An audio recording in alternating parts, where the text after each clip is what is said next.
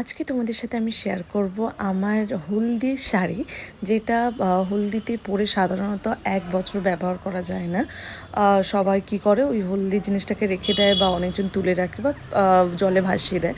তো আমি কি করেছিলাম, 1 বছর পরে আমি বের করেছিলাম এবং হলুদের যে সাদা শাড়ি ব্লাউজ আমরা পরেছিলাম, যে ব্লাউজ গামছা ধুতি যেগুলো ছিল, সেগুলো আমি কিভাবে তুলবো সেটাই তোমাদের সাথে শেয়ার করব। কারণ শাড়িটা আমার ভীষণ প্রিয়, আমি চাইনি যে জলে ফেলতে, সেই জন্য আমি কি করেছিলাম, ওইটাকে 1 বছর পরে বের করে আমি কিন্তু ওই ভিজিয়ে দাগটাকে তুলে আমি আবার কিন্তু ইউজ করি।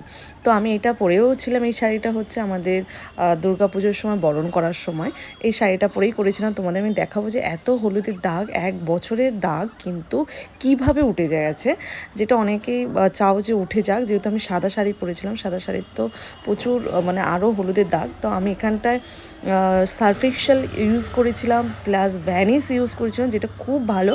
ভ্যানিশ তো ভীষণ ভালো, ভ্যানিশটা আমি অনেক কিন্তু ভিজিয়ে রেখেছিলাম আমি প্রায় 1 দিন, তো পুরো উঠে গিয়েছিলো। পরের ব্লগে আমি শেয়ার করবো শাড়িটা।